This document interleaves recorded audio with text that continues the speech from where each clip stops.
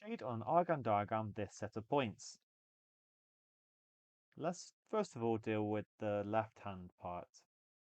Okay, so we're going to get a locus for the left-hand part, one for the right hand, and then it's going to be where they intersect. So if this is a modulus one. Now, if the modulus was equal to 3, then it would mean that the magnitude of my complex number is 3. We'd end up getting a circle at the origin. If I then have -1 minus I, it's actually a translation by 1 in the x direction and 1 in the y direction. So my center is going to become here. Let me draw my circle out. Pretty good, actually. So 1, 1, and then this would be 2, 3. Yeah, doesn't look too bad.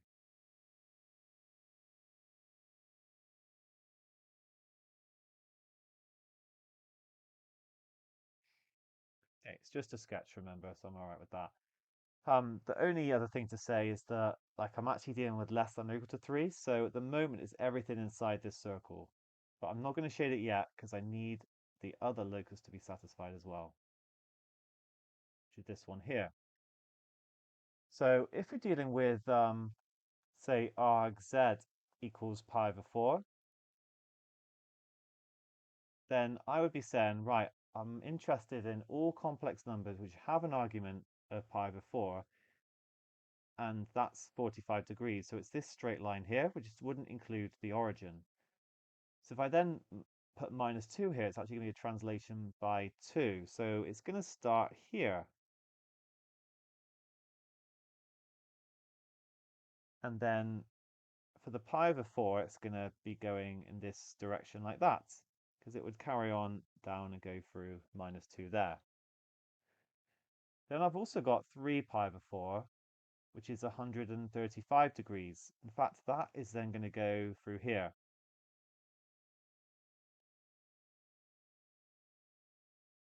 So I want then everything in between this amount. But it's an intersection between these two loci. So it's everything inside the circle, everything, and has to be everything in between this angle. So it's going to be this region here.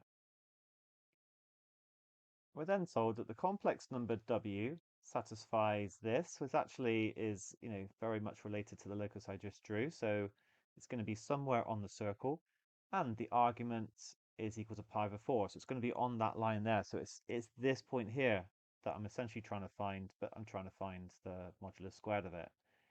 Okay, so for this, we're going to return to Cartesian coordinates. I'm going to write down the circle. It's going to be x minus 1 squared plus y minus 1 squared. That gives me my center at 1, 1. And that's going to equal 9, which is 3 squared.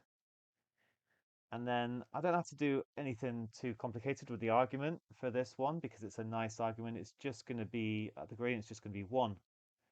And I'm going to get y equals x minus 2. I just need to remember that I'm actually not considering this part of the line. So I'm expecting to get 2 solutions, but I'm going to be looking at the one in the first quadrant. Okay, I just want to very quickly talk about the more like general way to do this. If you had a more awkward argument, then what you can do is say we've got x here and y here. So it's tan of y over x is equal to the argument of z, and therefore the argument of z is equal to inverse tan of y over x. In this case, we've actually been given what the argument is. It's pi over 4. So we could do inverse tan of pi over 4, which would give us 1, which would tell us that y was equal to x for this one down here, or in our case, it would be y over x minus 2 equal to 1. Because I'm saying that y over x, but ours is this is y over x minus 2 when I sort it out, because I've got x minus 2 plus yi, and then yeah, inverse tan of pi over 4 is 1. So sometimes you'll need to deal with this instead, but in this scenario we can go straight there. Okay, We're going to solve these simultaneously. So I'm going to I'll just substitute the y in first. X minus 1 squared plus y minus, wait, not y minus, I'm replacing y by x minus 2. So x minus 3 squared equals 9. Expand the bracket, x squared minus 2x plus 1 plus x squared minus 6x plus 9 equals 9. The 9s are going to cancel. So 2x squared minus 8x plus 1 is equal to 0. This is no way going to factorize. So you can use the quadratic formula, just put it in your calculator.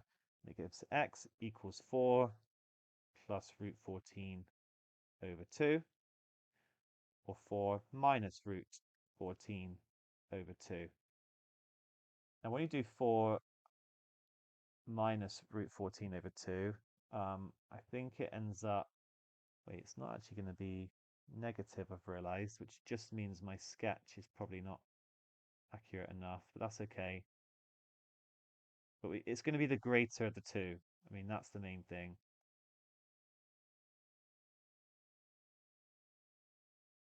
So 0.12. So in fact, if I drew it accurately, it should have been sort of down here somewhere, but it's okay.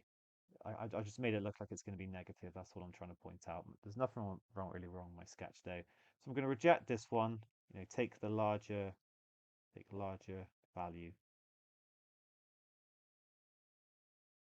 And then y is just going to be 4 plus root 14 over 2 minus 2. And in fact, this cancels out. 4 over 2 is 2. So I just get root 14 over 2. And therefore, w is going to be 4 minus root 14 over 2 plus root 14 over 2i.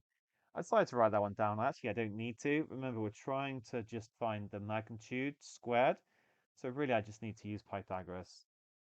Okay, because if you find the modulus, you would do 4 minus root 14 over 2 squared plus root 14 over 2 all squared. Then you would square root it, but in this case, we actually want the magnitude squared. And you can put that in your calculator. You don't have to do it all by hand. It gives 11 plus 2 root 14. Nice one.